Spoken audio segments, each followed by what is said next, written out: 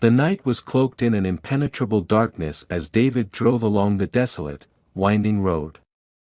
The only source of light was the feeble glow emanating from his car's headlights, which struggled to pierce the thick fog that clung to the air. The trees lining the road stood like silent sentinels, their gnarled branches reaching out like skeletal fingers.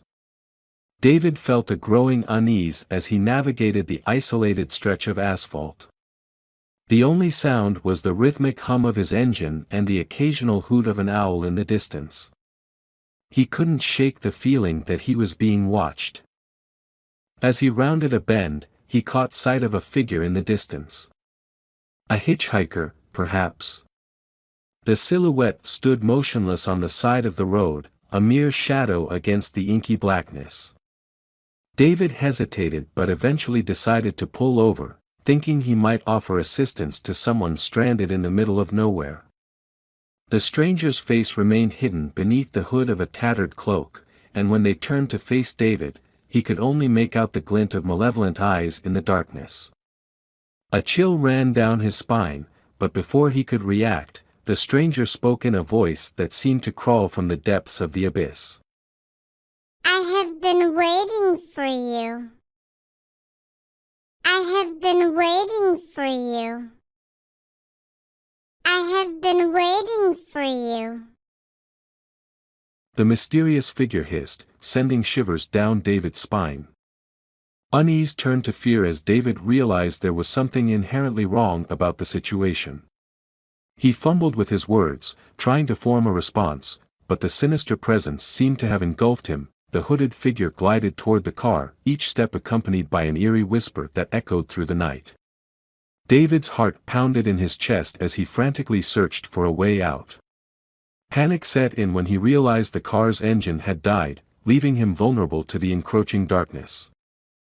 The malevolent figure reached the driver's side window, revealing a face twisted with malice. Its eyes glowed a sickly shade of yellow, and a cruel smile stretched across its face. David's breath caught in his throat as he felt an otherworldly force pulling at the very essence of his being. In a desperate attempt to escape, David fumbled with the door handle and stumbled out of the car.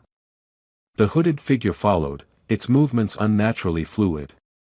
As David sprinted down the road, the oppressive darkness seemed to close in around him, the air thickening with an ungodly presence. Just as he felt his strength waning, David stumbled upon an old, dilapidated chapel at the side of the road.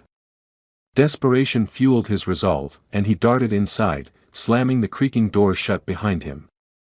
The air within the chapel felt charged with an otherworldly energy, but David dared not look back. As he caught his breath, David realized the hooded figure stood just outside the chapel, its malevolent gaze fixed upon him.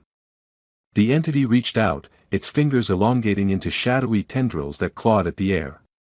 But the ancient sanctity of the chapel seemed to repel the evil presence, creating a barrier that held the malevolent force at bay.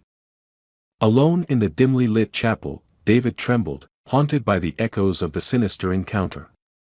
The night outside remained shrouded in darkness, but within the sacred confines, a flicker of hope remained, a beacon against the encroaching malevolence that lurked on the desolate road at night.